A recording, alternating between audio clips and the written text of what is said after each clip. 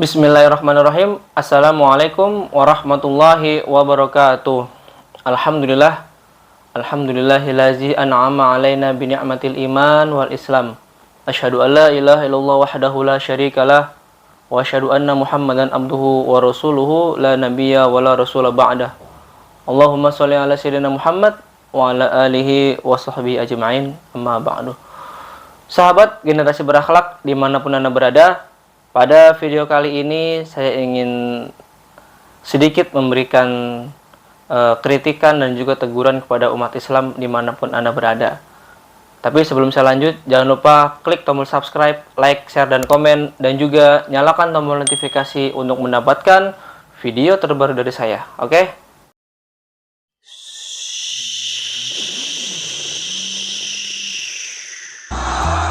Dan catat baik-baik saudara, demi Allah, hari ini seorang Habib dibunuh karena bela Islam. Besok masih ada ribuan habaib yang lainnya yang akan bangkit melanjutkan perjuangan. Takbir. Dan catat baik-baik saudara, kalau hari ini ada seorang kiai, seorang ulama, seorang ustadz, seorang dai yang dibunuh karena membela Islam, besok akan muncul ribuan kiai, ustadz, dan dai melanjutkan perjuangan. Takbir. Hari ini ada 1000 pemuda dibunuh untuk bela Islam. Besok jutaan pemuda Islam Indonesia akan bangkit kembali, saudara. Siap berjuang? Angkat tangan semua, takbir. Takbir. Takbir. Sallu ala nabi. Jadi pada video kali ini saya ingin senantiasa memberikan peringatan dan juga kritikan kepada umat Islam. Apakah itu? Baru-baru ini kita dihebohkan dengan kasus seorang jenderal yang membunuh bawahannya, yang mana itu terjadi di rumah pribadinya. Kita sebut saja inisialnya FS dan juga BJ ya, Brigadir J.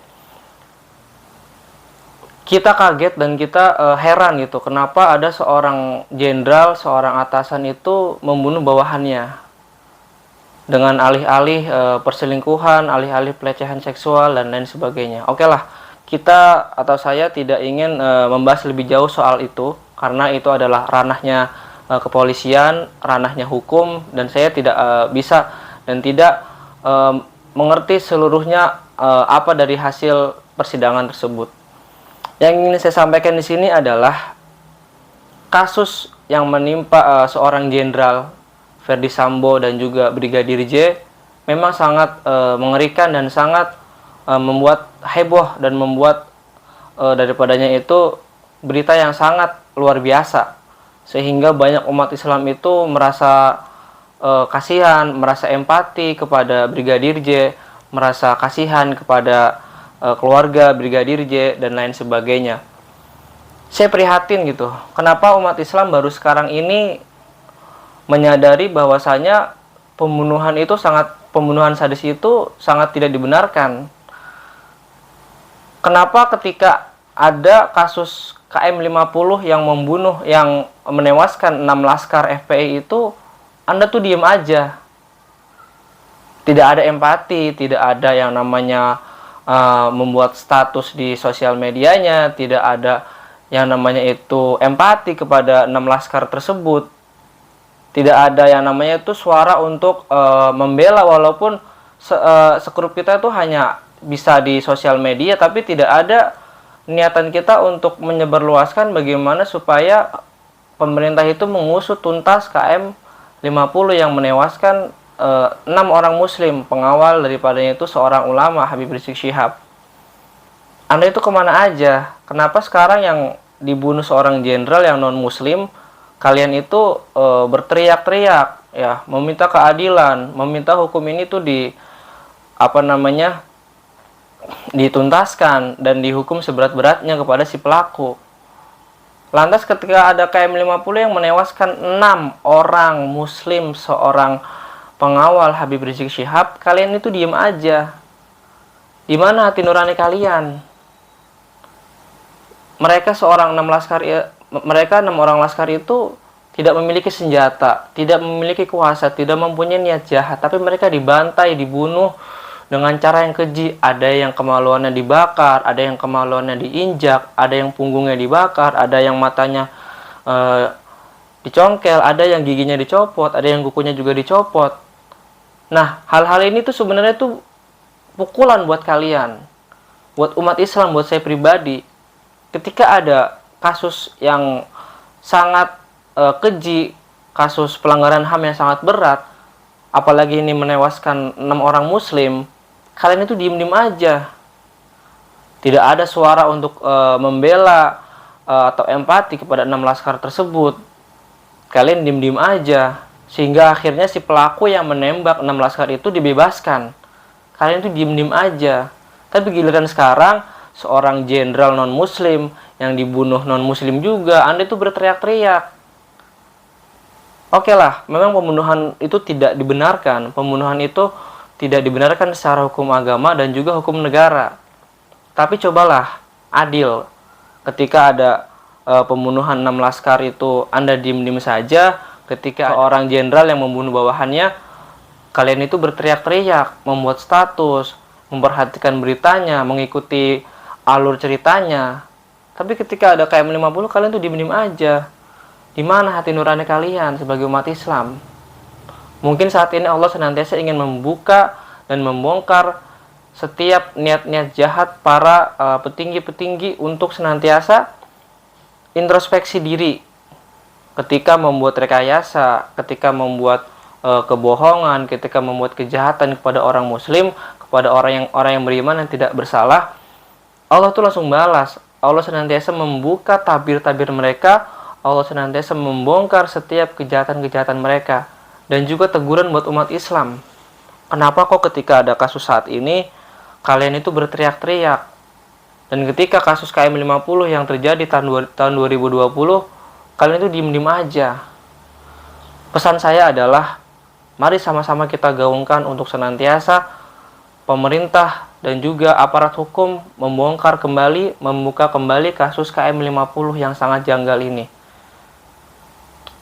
Kita ramaikan di sosial media, kita ramaikan daripadanya itu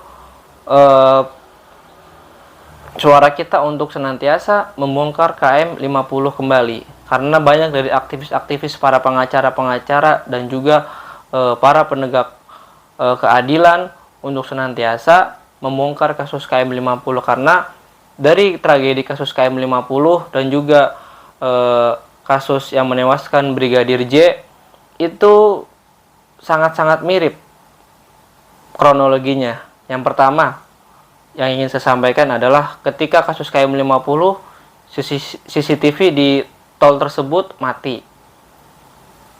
Hal yang sama juga terjadi ketika di rumah jenderal tersebut, ketika ada pembunuhan, CCTV-nya mati. Sama-sama CCTV mati. Yang kedua, kasus tersebut terjadi pada saat di rumahnya seorang jenderal ada reka adegan tembak menembak. Ya, katanya ada adegan tembak menembak. Cuma yang ditembak itu adalah temboknya. Tapi kenapa yang mati CCTV gitu? Padahal di situ sebenarnya tidak ada terjadi tembak menembak. Dan pada kasus KM50 juga disebutkan ada reka adegan tembak menembak. Jadi yang ditembak itu adalah mobil polisi tersebut. Seperti ada tembakan dari 6 laskar yang tewas dibunuh. Jadi sama-sama ada tembak menembak nih. Di KM50 ada tembak menembak yang menembak mobil, dan juga di kasus Ferdi Sambo ini ada tembak menembak di tembok. Lalu yang ketiga, pembunuhannya sama-sama sadis. Menurut otopsi yang terjadi di KM50, banyak sekali penyiksaan yang ada di tubuh 6 laskar FPI.